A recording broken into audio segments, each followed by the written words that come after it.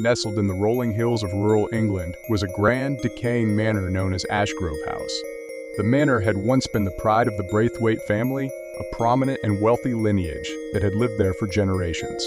However, Ashgrove House had been abandoned for over a century after a series of tragic and inexplicable events led to the untimely deaths of the entire Braithwaite family. The locals spoke in hushed whispers about the curse that supposedly haunted the house, warning travelers to steer clear of its grounds.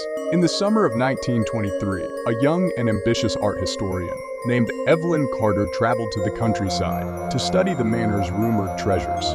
She had heard tales of a priceless collection of paintings hidden within the walls of Ashgrove House, and she was determined to uncover the truth. Accompanied by her fiancé, Thomas, and her best friend, Clara, Evelyn set out to explore the forsaken estate. As they arrived at the manor, the trio was struck by its eerie grandeur. Vines crawled up the once majestic facade, and shattered windows stared out like hollow eyes. The front doors, heavy with age and neglect, groaned open as they stepped inside. The interior was a labyrinth of dark hallways and dusty rooms, filled with decaying furniture and remnants of a bygone era. In the grand foyer, Evelyn found a portrait of the Braithwaite family, its canvas torn and faded.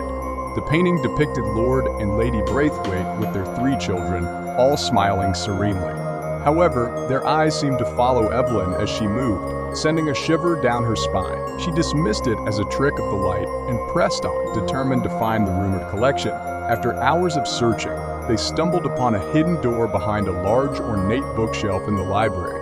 The door creaked open to reveal a secret gallery filled with magnificent paintings that had remained untouched for decades. Among them was an exquisite portrait of a woman in a red dress, her eyes piercing and her expression hauntingly beautiful. Evelyn was captivated by the painting and felt an inexplicable connection to it. As night fell, the trio decided to stay in the manor, unable to resist the allure of their discovery. They set up camp in one of the less dilapidated rooms and settled in for the night. The wind howled outside, and the house creaked and groaned as if it were alive. Evelyn found herself unable to sleep, her mind consumed by the woman in the red dress. In the early hours of the morning, she awoke to a faint melodic humming. Intrigued, she followed the sound through the dark corridors back to the hidden gallery. The woman in the red dress seemed to glow in the dim light, and the humming grew louder, filling Evelyn's ears with an eerie melody.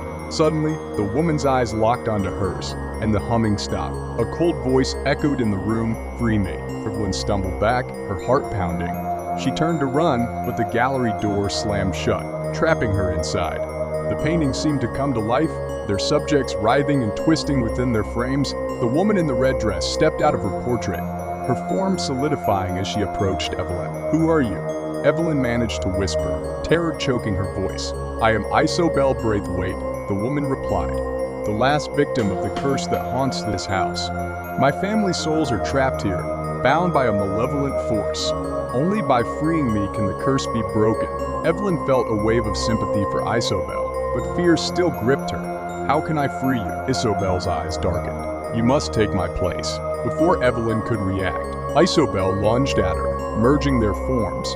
Evelyn screamed, feeling her consciousness being pulled into the painting.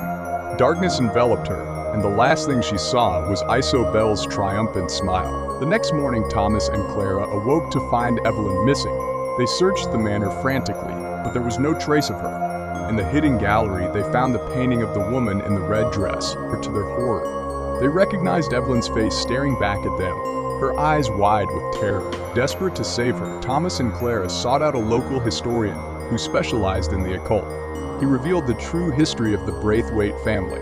Lord Braithwaite had dabbled in dark magic, seeking immortality for his family. Instead, he had doomed them to an eternity trapped within the manor's paintings. The curse could only be broken if a willing soul took Isobel's place. Heartbroken, Thomas and Clara devised a plan to free Evelyn.